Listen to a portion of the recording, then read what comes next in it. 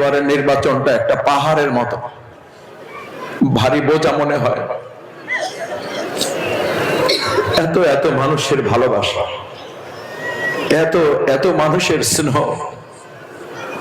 এত এত মানুষের দোয়া।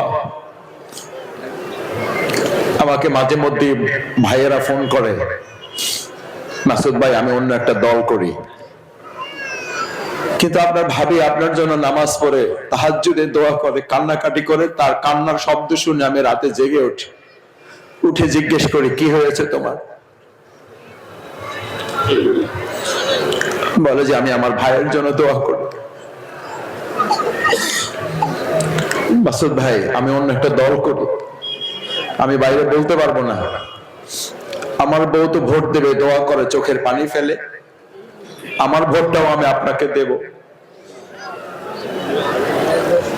আমার একটা শঙ্কার জায়গা আছে, আমি খুব উচ্ছৃঙ্খল মানুষ না, আপনারা জানেন আমার পরিবারের সদস্যরা এখানে আছেন।